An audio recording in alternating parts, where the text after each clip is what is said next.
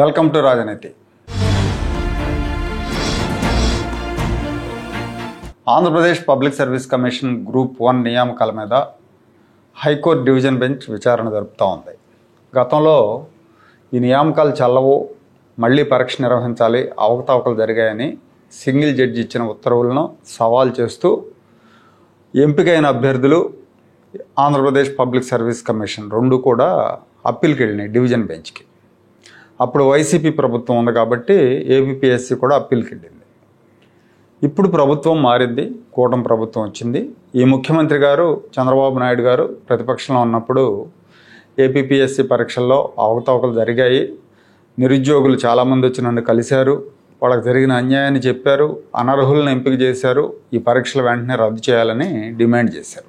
ముఖ్యమంత్రి అయ్యాక power point presentation ద్వారా కూడా ఈ విషయాన్ని మీడియాకు చెప్పారు చాలాసార్లు. కావాలంటే చూడండి. సాక్షి అఫీషియల్ గెజెట్ దొంగ సాక్షి పేపరే లేదు వీళ్ళకు. తప్పుడు వార్తలు వేయడానికి, ప్రజల్ని మభ్యపెట్టడానికి, రాష్ట్రాన్ని మోసం చేయడానికి, మోసం చేసిన దాన్ని కప్పిపుచ్చుకోవడానికి చేసే తప్పుడు పేపర్ ఇది. ఇక్కడ రాస్తాడు, సొంత పేపర్లు రాసి మొత్తం అయిపోయింది, ఫలితాలు వచ్చేసాయి, అనౌన్స్ చేసేస్తున్నాం అని చెప్పే పరిస్థితికి వచ్చారు. సాక్షి అఫీషియల్ గెజెట్ దొంగ సాక్షి. ఈరోజు రాష్ట్రంలో ఉండే 5 కోట్ల మంది ఒకసారి దృష్టి పెట్టవలసిన సమస్య దుర్మార్గుల పాలనలో ఎంత పరిదగిస్తారో ఇది ఒక ఉదాహరణ. ఒక బాధ, ఆవేదన ఈ రాష్ట్ర యువత పట్ల నా యొక్క ఏ విధంగా చెప్పాలో చెప్పలేను. దగా చేయడం అంటామా, దుర్మార్గం చేయడం అంటామా, వాళ్ళ ఆశల్ని చంపేయడం అంటామా, లేకపోతే వాళ్ళ జీవితాల పైన వాళ్ళకి ఆశ లేకుండా చేసుకోవడం అంటామా, అలాంటి దుర్మార్గమైన కార్యక్రమం, క్షమించరాని నేరం. ఈరోజు అలాంటి దుర్మార్గుల్ని ఏం చేసినా తప్పు లేదు. తెలియకుండా చేస్తే తప్పును సరిదిద్దుకోవచ్చు. డెలిబరేట్ గా చేసిన క్రూర మృగాల్ని, పిల్లల జీవితాల్ని ఎక్కడికక్కడ గొంతు నమిలేసి, మెడ నమిలేసి చంపేసే క్రూర మృగాల్ని ఏమన్నా నాకైతే అర్థం కావడం లేదు. సో సీఎం గారు ఇట్లా పవర్ పాయింట్ ప్రజెంటేషన్లో కూడా చెప్పారు, ఈ క్రూర మృగాలను ఏం చేయాలన్నారు. కానీ ఇప్పుడు అదే క్రూర మృగాలని ఈ ప్రభుత్వం సపోర్ట్ చేస్తూ ఉంది. ఆయన ఎవరైతే తప్పు చేశారో వాళ్ళ మీద చర్యలు తీసుకోవాలని ప్రెస్ మీట్ పెట్టారో, ఆ తప్పు ద్వారా ఉద్యోగాలు సంపాదించుకున్న వాళ్ళని రక్షించే ప్రయత్నం చేస్తున్నారు. కూటమి ప్రభుత్వం అధికారంలోకి వచ్చిన తర్వాత ఏపీపీఎస్సీ పరీక్షల్లో జరిగిన అక్రమాల మీద చర్యలు తీసుకుంటారు అని అందరూ ఆశించారు. అలాగే అక్రమాలు జరిగాయని చెప్పి అప్పటి ఏపీపీఎస్సీ సెక్రటరీ పిఎస్ఆర్ ఆంజనేయుల మీద కేసు కూడా నమోదు చేశారు. దర్యాప్తు జరుగుతూ ఉంది. కూటమి అధికారంలోకి వచ్చింది, పిఎస్ఆర్ ఆంజనేయుల మీద కేసు దర్యాప్తు చేస్తున్నారు, తమకు న్యాయం జరుగుతుంది అని నిరుద్యోగ అభ్యర్థులంతా కూడా భావించారు. అయితే వైసీపీ టైంలో అక్రమంగా ఎంపికయ్యారని ఎవరైతే చెప్తున్నామో వాళ్ళందరికీ ఈ ప్రభుత్వం ఫోకల్ పోస్టులు ఇచ్చింది. ఆర్డీఓలుగా, డిఎస్పీలుగా. వాళ్ళలో కొంతమంది అయితే జోరుగా వసూళ్ళకు కూడా పాల్పడుతున్నారు. అంటే వాళ్ళకి భయం కదా, ఈ ఉద్యోగం ఎన్నాళ్ళు ఉంటుందో ఏమో, లంచాలు ఇచ్చి వచ్చాము ఇప్పటికే, ఈ లంచాల చెల్లించిన ముడుపులు సొమ్ము రాబట్టుకోవాలని కొంతమందికి.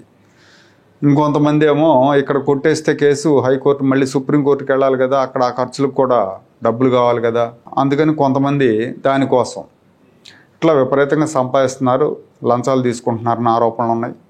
ఇక్కడ కీలకం ఏంటంటే ప్రభుత్వం మారిన తర్వాత ఆంధ్రప్రదేశ్ పబ్లిక్ సర్వీస్ కమిషన్ ఏదైతే అప్పీల్ చేసిందో, గతంలో సింగిల్ జడ్జి ఉత్తర్వుల మీద అప్పీల్ చేసిందో, ఆ అప్పీల్ని ఉపసంహరించుకుంటుంది అనుకున్నారు. కానీ ఉపసంహరించుకోవాలా. అక్రమంగా ఎంపికయ్యారని చెప్తున్న వాళ్ళ తరపున ఏపీపీఎస్సీ వాదిస్తోంది. అడ్వకేట్ జనరల్ దమ్మాలపాటి శ్రీనివాస్ ఈ కేసును స్వయంగా వాదిస్తున్నారు. వైసీపీ హయాంలో అక్రమంగా ఎంపికైన అభ్యర్థుల తరపున కూటమి ప్రభుత్వ న్యాయవాది వాదిస్తున్నారు. ఇది ప్రభుత్వానికి తెలియకుండా జరగదు, జరిగే అవకాశమే లేదు. ఎందుకంటే ప్రభుత్వానికి తెలియకుండా అడ్వకేట్ జనరల్ వాదించలేరు. బహుశా ప్రభుత్వ సూచన ప్రకారమే వాదిస్తున్నాడేమో అనుకోవాలి. అంటే ఈ ప్రభుత్వం వైసీపీ హయాంలో అక్రమంగా ఎంపికైన వాళ్ళని వెనకేసుకొస్తుంది అనుకోవాలి. ఇదే సందేహం కేసు విచారిస్తున్న న్యాయమూర్తులకు కూడా వచ్చింది. వాళ్ళు కూడా అదే ప్రశ్న అడిగారు. మీరు ఎందుకు విత్డ్రా చేసుకోలేదని గతంలో జరిగిన విచారణలో జస్టిస్ భట్టు దేవానంద్ గారు అడిగారు. వేల మంది అభ్యర్థుల భవిష్యత్తుతో ఆడుకోవద్దని హెచ్చరించారు కూడా ఆయన. హాయ్లాండ్ రిసార్ట్లో ఏం జరిగిందో చెప్పకుండా నిజాలు దాస్తున్నారని ఏపీపీఎస్సీ మీద ఆగ్రహం వ్యక్తం చేశారు గౌరవ న్యాయమూర్తులు. నిన్న జరిగిన విచారణలో హాయ్లాండ్లో పేపర్లు దిద్దలేదు అని ఏపీపీఎస్సీ తరపున అడ్వకేట్ జనరల్ చెప్పినప్పుడు వాళ్ళు ఆగ్రహం వ్యక్తం చేశారు. మరి పేపర్లు దిద్దనప్పుడు 65 రోజుల పాటు అక్కడ ఏం చేశారు అని జస్టిస్ భట్టు దేవానంద్, జస్టిస్ హరిహరనాథ్ శర్మ ప్రశ్నించారు. హాయ్లాండ్లో పోలీసు బందోబస్తు ఎందుకు ఏర్పాటు చేశారు? 20 లక్షల రూపాయలు ఖర్చు చేసినట్టు రికార్డులు ఎందుకు చూపించారు? అక్కడేమి జరగనప్పుడు ఇవన్నీ చేసిన తర్వాత అక్కడ మూల్యాంకనం జరగలేదని మీరు ఎలా చెప్తారని ప్రశ్నించారు. అడ్వకేట్ జనరల్ ఏపీపీఎస్సీ తరపున వాదిస్తూ హాయ్లాండ్లో మూల్యాంకనం జరగలేదు, ఏపీపీఎస్సీ కార్యాలయంలో 2 ప్రభుత్వ కళాశాలల్లో మాత్రమే పేపర్లు దిద్దారని చెప్పారు. అలాగే అప్పటి కార్యదర్శి పిఎస్ఆర్ ఆంజనేయుల మీద వచ్చిన ఆరోపణల మీద సిట్ దర్యాప్తు జరుగుతోంది, నివేదిక వచ్చే వరకు ఆగాలని కోరారు. దమ్మాలపాటి గారు చెప్తున్న దాని ప్రకారం హాయ్లాండ్లో ఏమీ జరగల, మూల్యాంకనం ఎక్కడ హాయ్లాండ్లో జరగలేదు, మూల్యాంకనం సవ్యంగా జరిగినట్టు. మరి ఈ పేపర్లు దిద్దే కార్యక్రమం అంతా కూడా సవ్యంగా జరిగినప్పుడు చంద్రబాబు నాయుడు గారు తప్పుడు ఆరోపణలు చేశారు అనుకోవాలి.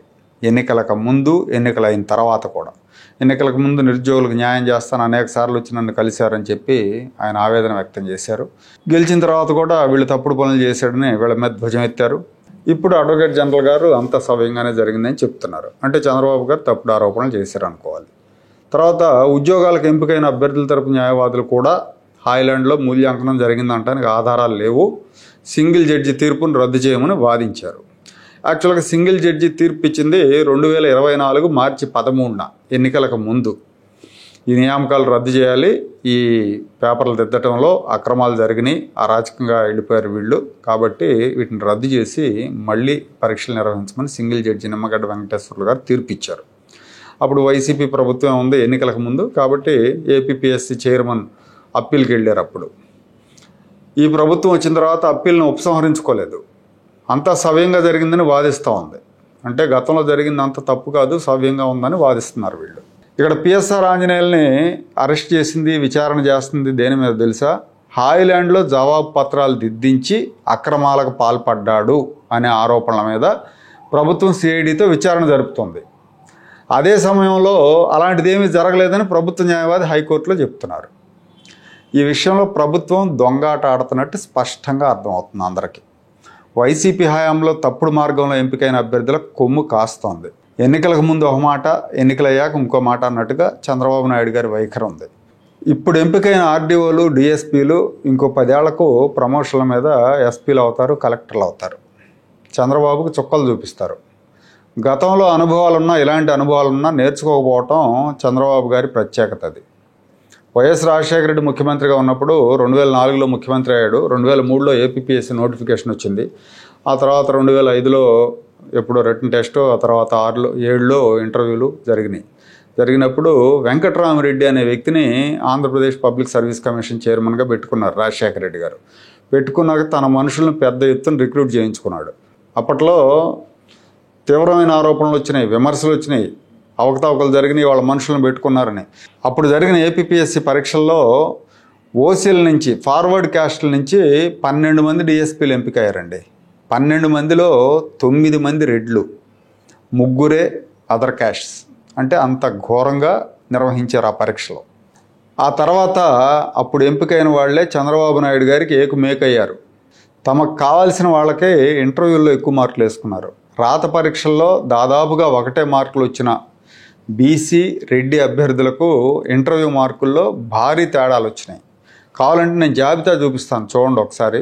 శివలింగయ్య అనే బీసీ అభ్యర్థికి, స్వాతి రెడ్డి అనే రెడ్డి అభ్యర్థికి రిటన్ టెస్ట్లో ఈక్వల్గా మార్కులు వస్తే ఇంటర్వ్యూలో శివలింగయ్యకి 32 మార్కులు వేశారు, స్వాతి రెడ్డికి 88 వేశారు.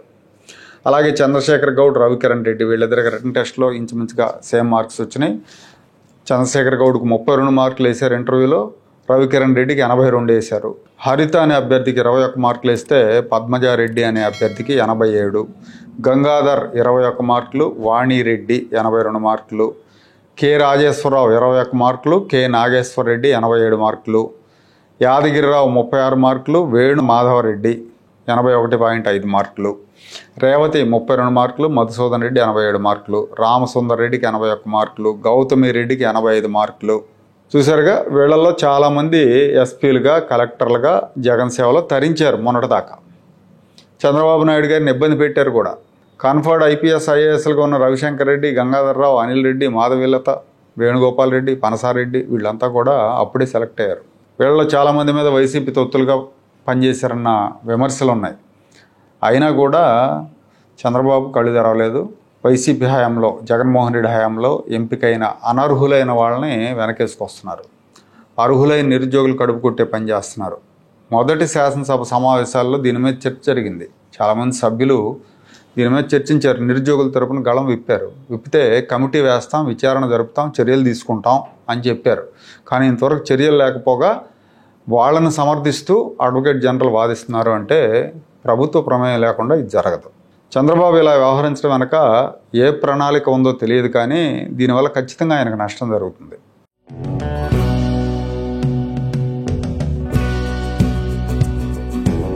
Like, share and subscribe to Rajaniti channel.